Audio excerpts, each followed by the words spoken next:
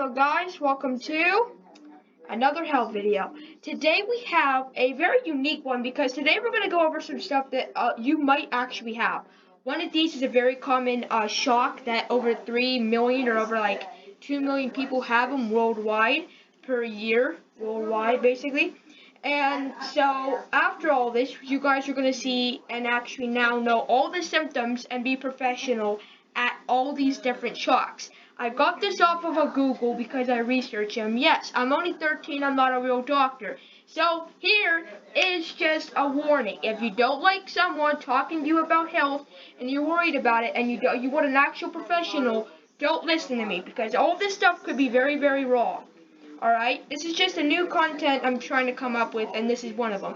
Because I feel like this might be able to save your life. If this is still, valid symptoms and valid causes and valid shocks. So I just want you guys to know, if these are wrong, don't take it from me. I don't want to be the reason why you're not here because you're scared about your own life. I'm sorry. So if you're someone who's scared, and you want an actual professional, I'm a 13-year-old kid who does research and is a hypochondriac. So I'm giving you a warning, do not pay attention to this. Go to an actual professional and not me, because I don't know what I'm doing. Hell, go to your doctor if anything. Anaphylactic shock. Now, anaphylactic shock is actually is actually the most dangerous shock ever. It is probably the most common shock to get. This is when you're allergic to food, and we'll go over some of the food that is any food really you're allergic to, even smoke could possibly cause this, I think. Maybe not so much smoke, but food. So any food, fish or milk or any of those, we'll get to those and I'll tell you which ones. I can just tell you, fish definitely will and all these other ones, but there are less uncommon. Even anaphylactic shock, hell, is even rare to get. But if you're allergic and you eat something, that's what happens. So, it is the most dangerous shocks and well-known one. It has why did I not edit that? I was supposed to put, it has really bad results. It does have really bad results. I'm sorry, I was in a rush to finish this. So it has really bad results if you eat food and you get this. It could cause death in just a matter of hours or minutes if it's not taken care of. You'll have to get an EpiPen in your leg to stop the swelling and to stop the anaphylactic, because it just tranquilizes all that anaphylactic stuff, I think. And I know it does stop anaphylactic because the stuff in there takes out the anaphylactic and stuff, the really bad toxins. So yeah, it will lead to death. So swelling of the conjunctiva, which is your eyes and the top of your eyes, a runny nose, swelling of the lips, tongue, or throat, heart and vascular, fast or slow heart rate, low blood pressure. Now skin, you will have hives. Most likely you'll have either hives, itchiness, or maybe all those plus flushing. Another one is pelvic pain. You might have some of your pelvic pain. Another one is the central nervous system. So this is a very important part of the brain. Lightheadedness, loss of consciousness, which is basically the brain. It's the central nervous system as well. So lightheadedness, loss of consciousness, confusion, headache, and anxiety. Now anxiety can also be because you're worrying about it. If you're someone who worries about anaphylactic shock, if you don't have any of these other symptoms and you just have anxiety, it's probably because you're stressing yourself out. And if you don't know, your upper lip is supposed to be smaller than your upper lip is supposed to be smaller than your lower lip. Your lower lip is supposed to be big. Now, really big, it looks like it got hit in the head with a baseball bat, then yeah, you gotta get that checked out. Now, not always is a big lip sign of that. It could be from dehydration, it could be from, just infections of the lip, which is a chiliitis or something like that. I'm not sure if that's how you say it, but it's an infection of the lips. So yeah, anxiety could be because you're basically worrying about it and you're getting yourself so worked up to the point where you have anxiety. So don't always think that. But again, if you want to go get checked out for anaphylactic, call the ambulance or go to the ambulance or the hospital yourself to get that checked out. Next up is respiratory. Shortness of breath, wheeze, or stridor, which is a weird noise whenever you breathe. It's hoarseness, which is your throat, you don't really sound too good. You're very hoarse. pain with swallowing. So if you have like trouble swallowing after you eat, it's either because you have GERD, which is gastroesophageal reflux disease, or it could be just because you have like some, trouble swallowing. But again, you have this after food, it could possibly be an anaphylactic shock. You can't always count your chickens before they hatch. So don't always say it's not something whenever it could possibly be it. Next up is cough. So again, cough could be because you're choking, something stuck, or anaphylactic shock, or just because you got a cough. A lot of people do that. Same thing with GERD, you could do that. So yeah, gastrointestinal, crampy abdominal pain, diarrhea, and vomiting. So if you have vomiting and their lips are big and they can't talk right, that's probably going to be anaphylactic shock right off the bat. Loss of bladder control, so you might end up peeing yourself, and that's something that you could be too nervous to the point where you do that, but it's always good to get that checked out to make sure that ain't it. So big everything. So big lips, swelling of the tongue, swelling of the face, and most extreme is swelling of the throat. You can see this kid's eyes are like swelling really, really bad. You can see his cheeks are a little bit, swelled up too. You can also see this guy's lip is big, and I mean big. And yeah, you can really see. So what is the food it mostly comes from? Can come from any food you're allergic to, and it's actually very rare for this. Anaphylactic shock is not something you're going to get every time you eat it.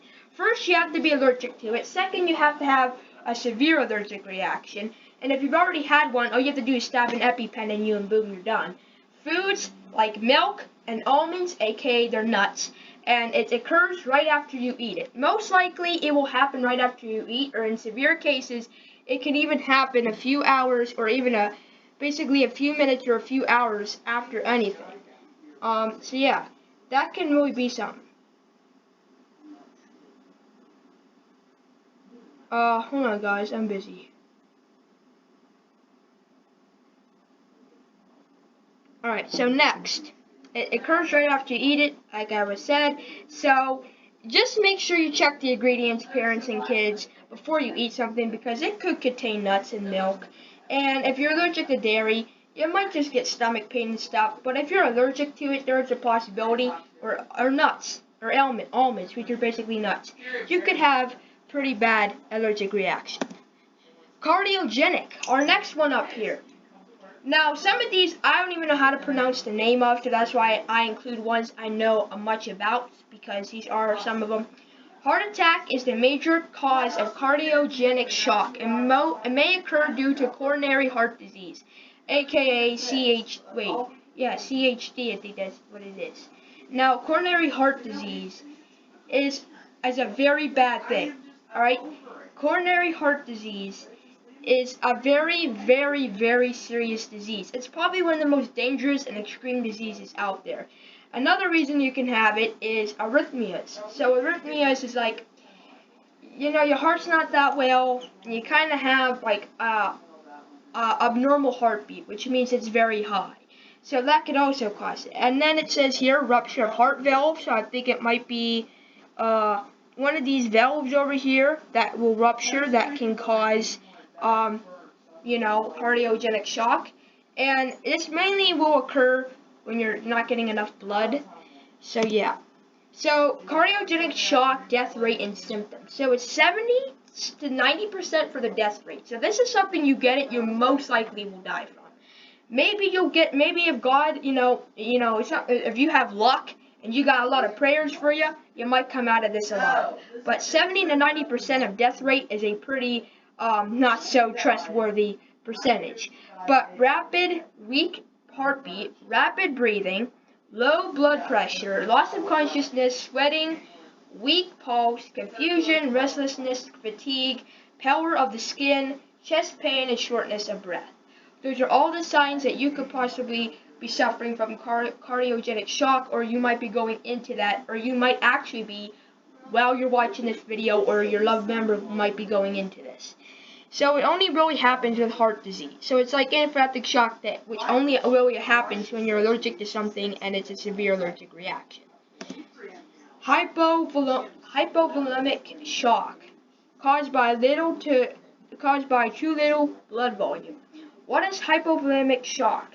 loss of more than a fifth of blood plasma. So there are some causes by this that you guys are going to find I found pretty interesting. Leading to reduced tissue perfusion. This makes it impossible for the heart to pump a significant amount of blood to the body, which can lead to an organ failure. Because in order for your organs to run well, you have to have good blood flow, and you have to have good blood flow to those organs. And if those organs don't do well, and there's a lack of blood to them, it will, and most likely will, cause you to die. Because your organs are really important parts. Like your brain is part of one. Your brain is an organ. Your liver, your spleen, your kidneys, all those are parts, and they have a lot of blood to them. And if they lose those blood, and they don't get a lot of blood, that can basically cause, you basically bleed to death. So we'll just get to the symptoms, and we'll move on from here. Anxiety, confusion. Again, so many shocks will include anxiety. So if your anxiety you think is caused by this, don't always jump to conclusions saying it's hypovolemic shock, it's cardiogenic shock, it's anaphylactic shock, because it's not always going to be what you think it is. Anxiety is a whole nother program, alright, when it comes to, like, worrying. You worrying about something isn't going to stop it from happening. If it's going to happen, it's going to happen. I have anxiety like that too. So another one is low or no urine output. So you might have a little urine, or no urine at all. Now that could be because you either have a blood clot in the lungs, or your organs aren't rock. That is kind of what it has there, organ failure. But again, it could also be caused by COVID, which could damage your organs as well. But that's a whole nother video. We'll be doing symptoms of that on. Although it's almost over. Let's hope to God it's over. I hate COVID. I think it should be buried 10 million feet down in the ground with a molten hot lava. Anyway, pale skin and sclerosis. I think that's how you say it. Trichardia. Greater than 100 beats per minute. So this could be possibly, like, I've had heartbeats of over 200.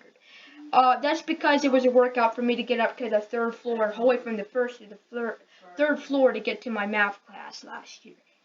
Long story short, I'm still here, am I? But a heart rate of like 200 and some, 250 or 100, and you're someone that's old and it's like 200, it's most likely going to kill you, okay?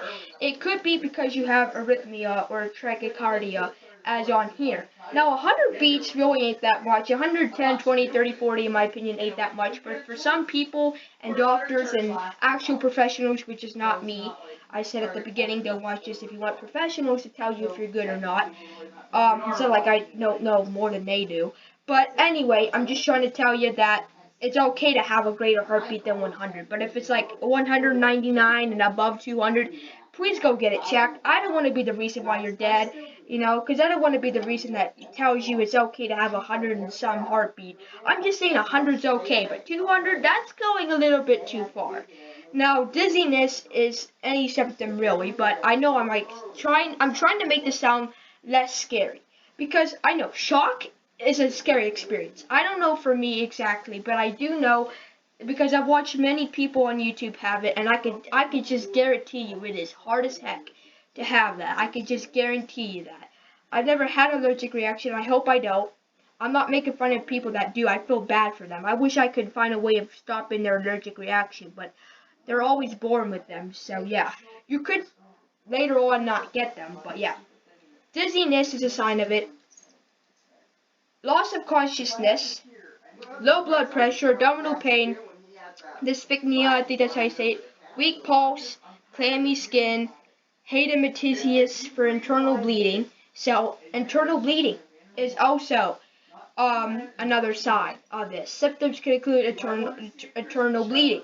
So internal bleeding can be one of the causes and can be one of the symptoms. So you gotta look out for that. And melena stools. I don't know what, I think that means like bleeding stools or just like a really weird color of stool. So if you have that type of stool, you gotta go get that checked out. And if they have all these other symptoms all together and internal bleeding, it most likely will be hypovolemic shock, or it could be like a AAA, abdominal aortic aneurysm, or much more. So causes of hypovolemic shock is the causes include blood loss through deep cuts or injury. So that's why you can lose plasma. Plasma is basically blood plasma is basically plasma, okay? And you need that in order to survive and have good health and have good oxygen level and good blood level and good organs that don't give out on you.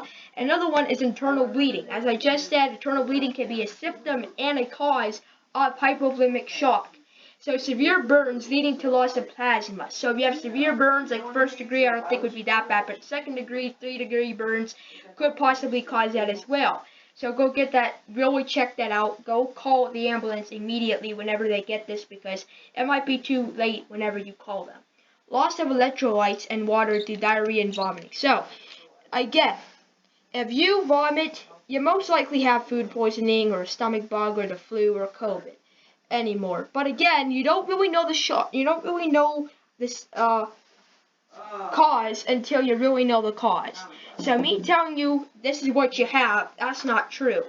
So yeah, I'm just letting you guys know. Through diarrhea and vomiting. Pause it. I can't. Neurogenic shock. What is neurogenic shock? Is a life-threatening condition caused by irregular blood circulation in the body. Symptoms of neurogenic shock: skin is cold and damp, breathing that is labored, lips or nails that are blue and color, low blood pressure, anxiety, pain in the chest, and dizziness. Why is neurogenic shock serious? Neurogenic shock is extremely dangerous because it can cause your blood pressure to drop drastically and suddenly and can lead to irreversible damage to your body tissues. Now, sepsis shock. Sepsis shock is basically caused by sepsis. And you'll mainly get that from either a bacterial infection or an infection that gets into a cut that is not treated. To treat that, you mainly need to get that checked out, get that fixed up, that cuts, boom, you're ready to go. But getting a bacterial infection takes like multiple IVs, possibly. It takes, a lot of like water to really, keep the dehydration down. So sepsis is very serious. It happens when a bacterial infection that goes untreated or unnoticed, or a cut that gets a bacteria in it.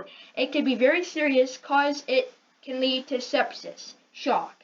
So again, not every cut will lead to it. If you get that taken care of, keep pressure on it to keep the bleeding from going down. Again, bleeding from a cut is something you're always going to happen. But if you do get bacteria in it, it can cause an infection. And that infection could be the one and only bad one, sepsis. So I don't suggest you have that. So symptoms of sepsis shock is noticeably lower amounts of urine. So again, that could be because you're dehydrated, your kidneys ain't right, or it could be because, well, you simply just don't care about yourself, I guess. Another one is acute confusion. So if you keep having confusion after confusion after confusion, that could be why. Another one is dizziness, where you basically are like walking very goofily, and that could be one. Severe problems breathing. Now, severe problem. Stop. What do you want? I want a pepperoni pizza. So, severe problems breathing is another very bad symptom of it, because if you don't breathe well, you're getting less oxygen than what you need. And if you go without oxygen for too long, you might develop brain damage. And by the time they try to get you, by the time they try to heal you, you won't be healed. You'll basically be brain dead. Severe problems breathing, I just said that. Blue discoloration of the digits of lips. So basically you have discoloration of the lips. So if your lips are discolored, that could be another symptom of it.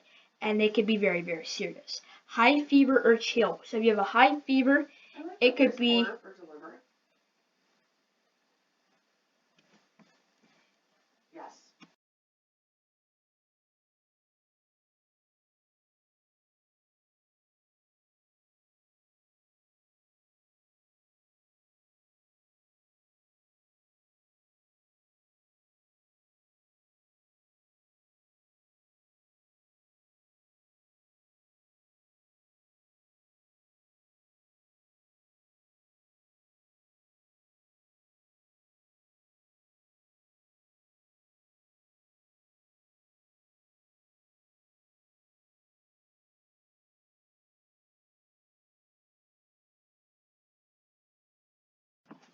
Sorry, guys. So, high fever. My mom was calling. I didn't know if she would give us her address out to the people that are ordering the pizza. So, I'm sorry.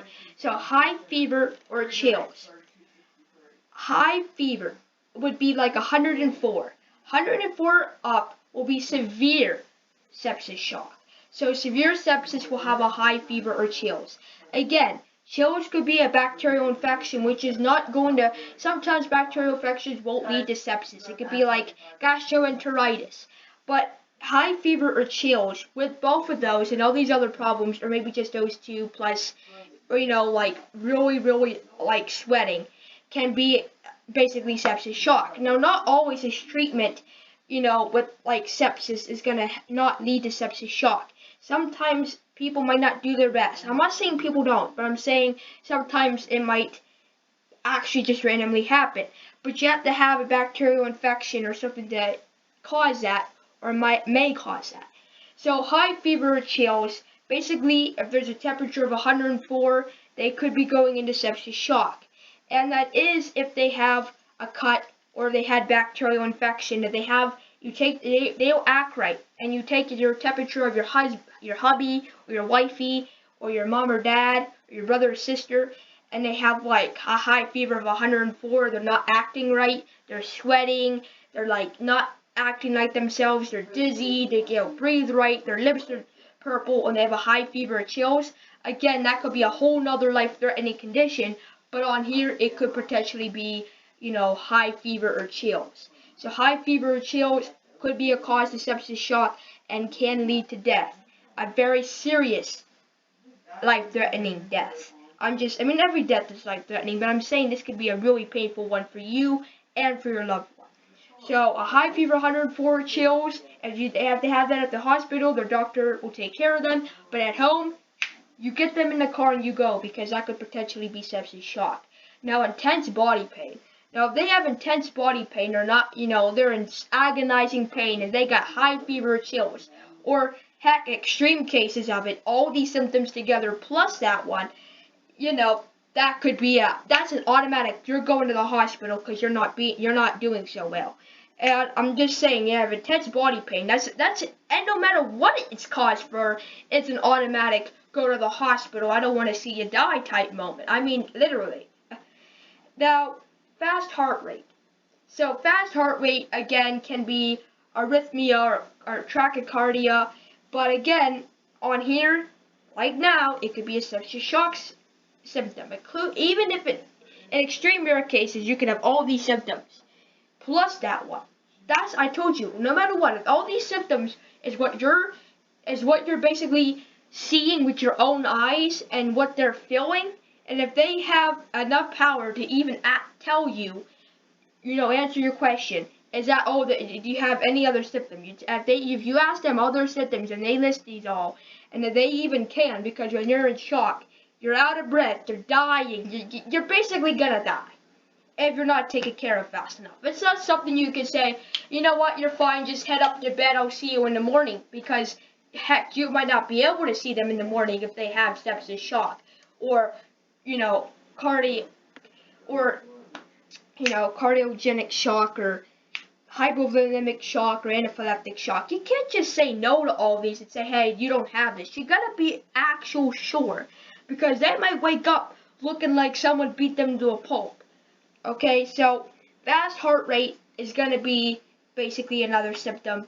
Another one, rapid breathing. So that could be because of the fast heart rate and because of the intense body pain. But if they have rapid breathing,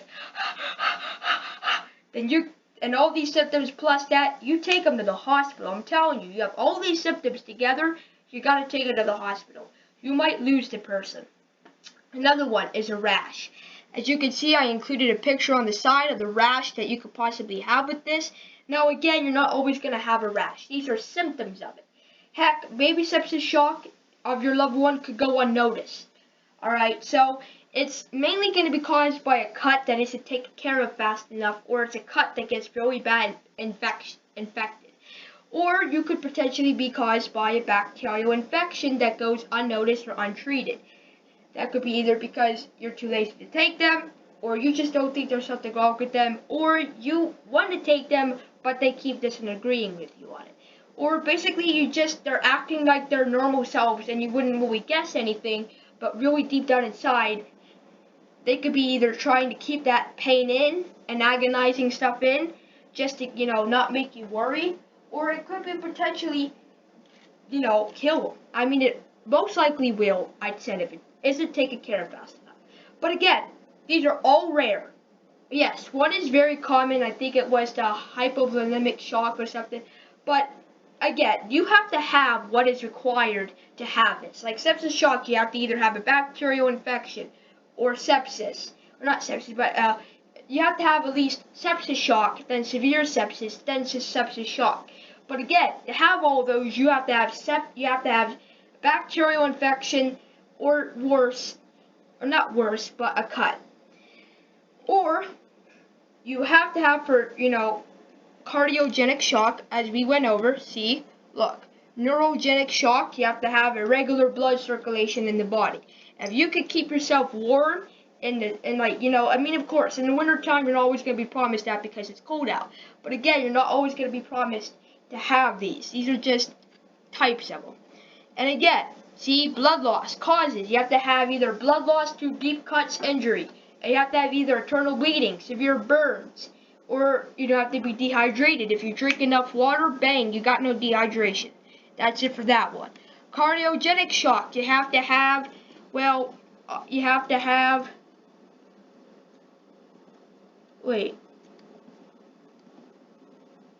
cardiogenic shock, you have to have something wrong with your heart. See, yeah, may occur due to coronary heart disease. That's a very rare one to have. And anaphylactic shock, you have to eat something you're most allergic to. So yeah, anaphylactic shock is probably the most common one to get. But if you know what you can and cannot eat, you'll be perfectly fine.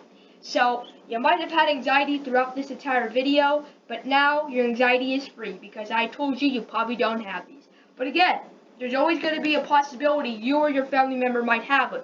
So just because they're here today doesn't mean they're going to be able to cheer you on tomorrow. Alright? So thank you for watching. I hope you enjoyed. I hope you found this video helpful beside all these anxiety type symptoms you might have, which might cause your anxiety to go through the roof again. But I'm just telling to tell you, I hope you enjoyed. More health videos coming tonight.